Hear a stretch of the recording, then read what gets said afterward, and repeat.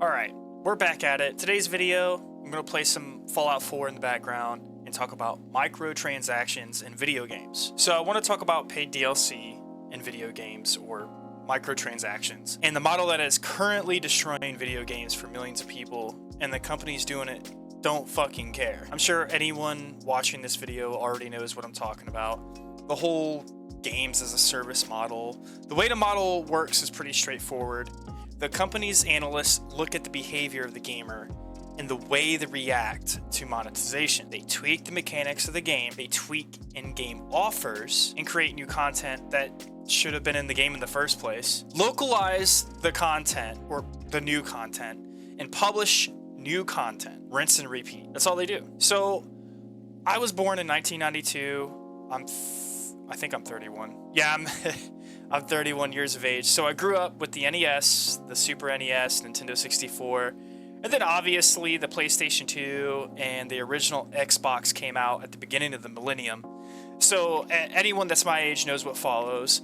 The games I grew up playing were finished games. You didn't have paid DLC or updates through the life period of the game's existence. The games were finished. You gave money to wherever you got the game, being a game store or a big box store, took said game home and played the fuck out of it. That was it. No fucking updates or installments that took a million dog years. I'm talking to you, Modern Warfare 19, with your 150 gigabyte download. It's crazy shit. So between, I would say, 1995 and 2009-ish or so was the golden age of gaming, in my opinion. Do you want to feel old? Gears of War on Xbox 360 came out in 2006. That was 17 years ago. It's creeping up on a 20-year-old game. The reason I bring this up is because our generation's time is up. The game industry as a whole is moving on to the newest generation. Microtransactions in video games is not going away. It's a plague in almost every genre of games we play today. Examples are anything created by Activision Blizzard. Free-to-play games like Fortnite, PUBG, Valorant, CSGO, Rainbow Six Siege, EA Sports titles like FIFA and Madden, 2K Games is getting in on the action, Halo, even racing games like Forza and Gran Turismo. This stuff is here to stay. The reason is because the younger generations are paying for it. It's like people are mad that rent is going up. It's because we keep paying for it. The owners of the property know this, and if you don't pay, someone else will. You know, I can't even just blame the younger generation because it's my generation also. Pay to win. The guys and girls getting home from work and they just want to shoot a motherfucker in the head in Call of Duty. Oh, that cat skin looks cool, and that weapon blueprint is cool. Okay, easier for me just to give you the $20 than actually play endless hours that I don't have for it. Fuck it, here's my money. Or the little sweaty-ass 12-year-old that dresses like a hype beast, thinks Black Cell is so cool, and he asks his mom for it, or his dad, and he's like, hey, can I have the battle pass? Because he can get the cool skins and the blueprints faster than if they just actually play the game. And get this, the parents actually give him the money because it keeps the little shithead out of their hair so they can die inside in peace. That little fuckshit 12-year-old hype beast also thinks Madden is a true football simulator and not a predetermined animated piece of shit, and buys Ultimate Team packs because it's the only way to be competitive online with other fuckface hype beast friends. Dude, I remember in Forza 3 back in 2009, that was like my favorite racing simulation game. Endless customization possibilities in every car you could dream of. My first car in real life was a 1984 Toyota Supra, and the car was in the game, so I would always build different variants of the car in game. I was really excited for Forza 4, and back then I didn't like do research on the games, and if I wanted the game, I would just go get it. I did that with Forza 4, and guess what? Fucking microtransactions. That same car, the 1984 Toyota Supra, was behind a fucking paywall. A fucking paywall. I never purchased another copy of that franchise, never played it again. But But get this, Turn 10 Studios doesn't fucking care if I like the game, because other people did. They paid the $5 to unlock cars behind paywalls. And that's just a good example of any game with microtransactions. People pay the money. It's a multi-billion-dollar business. The global, get this, the global microtransaction market is around $34 billion. The goal of any business is to be profitable. They don't care if older gamers are upset with the market because they're not the ones making them the money.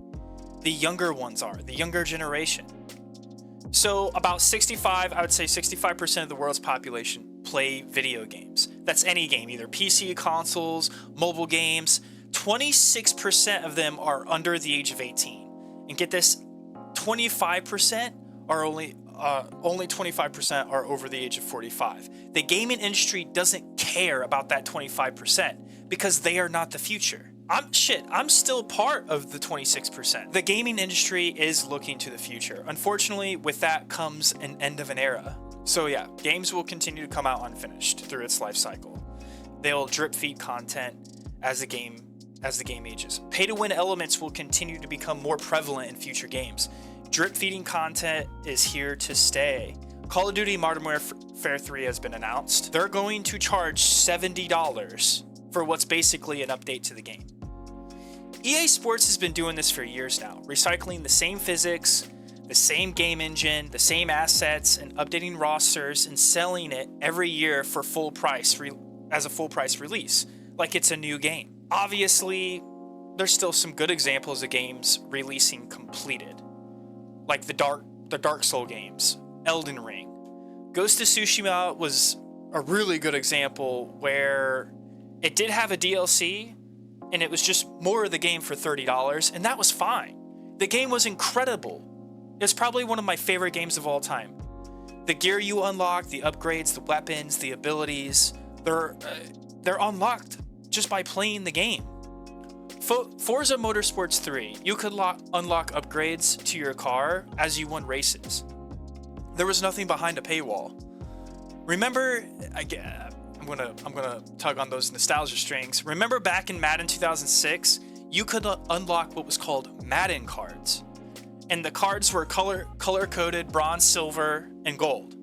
And you would unlock them by achieving things in games, such as touchdowns in a single game, multiple touchdowns by a single player. And you could activate these cards and do really cool shit in game, like unlocking historic teams, stat boosts for coaches or defensive coaches, or individual players on offense or defense. You could unlock what was called pump up the crowd cards. They had really awesome cheat cards like Fumbleitis. Some of the cards unlocked secret stadiums, and the cards would differ in rarity. They don't make them like they used to. The gaming industry knows this, and they don't care. You know, my generation is hugely to blame because they make up, I'm sure, most of the workforce in game design and development. I'm not ignorant either. I understand it's more time consuming to create games today at a level that we come to expect when it comes to graphics and content. But obviously, they have the ability because look at the Call of Duty franchise. The assets already exist. They choose not to put it in game because the way it's designed is to keep you playing the game. They don't want you to stop playing the game. So they drip feed content to us like cattle, keeping us in line and conforming to their ideologies. You're going to buy the game and enjoy it, even if it is an incompetent dumpster fire, because we said so. You're going to like it. We will slowly feed you more content, but a lot of it will be behind paywalls, so to access the full content, you'll have to pay for it. And you'll like that, because we said so. They have us right where they want us, and it's not going to change. Even studios that have tried to resist the games as a service model are giving in because the legitimate gains they miss out on. They don't want to do that anymore. They want to make that moolah. I'm looking at you, Gran Turismo. Oh, and Codemasters. If you don't know who Codemasters is, they're behind the Dirt franchise. And then Formula One. Guess who has the rights to Formula One now? Fucking EA! Guys, that's going to do it for this video. What do you guys think as games as a service or microtransactions in video games? And how will it affect gaming as we get older. Talk about it down in the comments. If you want to subscribe and hit the bell, I would appreciate it. Hitting that like button helps my videos get recommended to other people. I know I've been pretty bad myself at supporting content that I watch on YouTube, so I'm definitely trying to change my habits with that. Everyone new to my channel that has subscribed, I thank you. I look forward to building the community with you guys and bringing you good content. But until next time, I'm gone.